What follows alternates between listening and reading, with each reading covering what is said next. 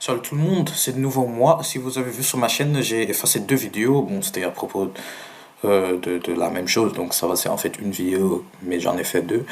C'est la vidéo, c'est écrit Chrétien, réveillez-vous. Pourquoi je l'ai effacé? Parce qu'il y a des choses que j'ai dit que je n'aurais pas dû dire. Je suis vraiment désolé pour ça.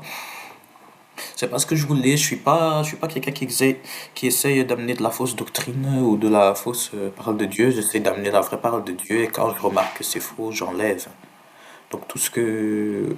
ouais, c'est ça que je voulais dire. Le truc c'est que j'ai dit dans la vidéo qu'on ne doit pas être parfait.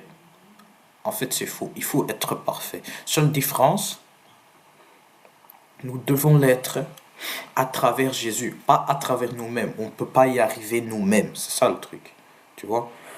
Si on essaie de nos propres forces, on va être peut-être parfait aujourd'hui, demain, après-demain, mais après c'est pas possible. Et finalement, déjà être saint, c'est un meilleur terme. Être saint, c'est pas, on peut pas l'être de nous-mêmes. Il faut qu'on le soit par Jésus. Je sais qu'on peut pas le faire de nous-mêmes. C'est pour ça qu'il est venu à la croix pour, pour, il est né, il a vécu une vie parfaite à notre place, afin que si nous croyons en lui, il vit en nous et nous devenons parfaits à travers lui. Ainsi que quand Dieu regarde nos cœurs, il puisse dire, ah, mon enfant est saint.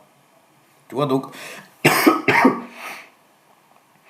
je suis vraiment désolé. C'était juste pour vous dire, vivez toujours une vie parfaite, mais à travers Jésus. Donc, ce que j'ai dit avant, qu'il faut, tous les chrétiens, tous ceux qui se disent chrétiens, vivez aussi comme tels. Je veux dire par là, vivez une vie sainte. Seule différence, ne le fais pas pas par tes propres forces, parce que tu vas pas y arriver.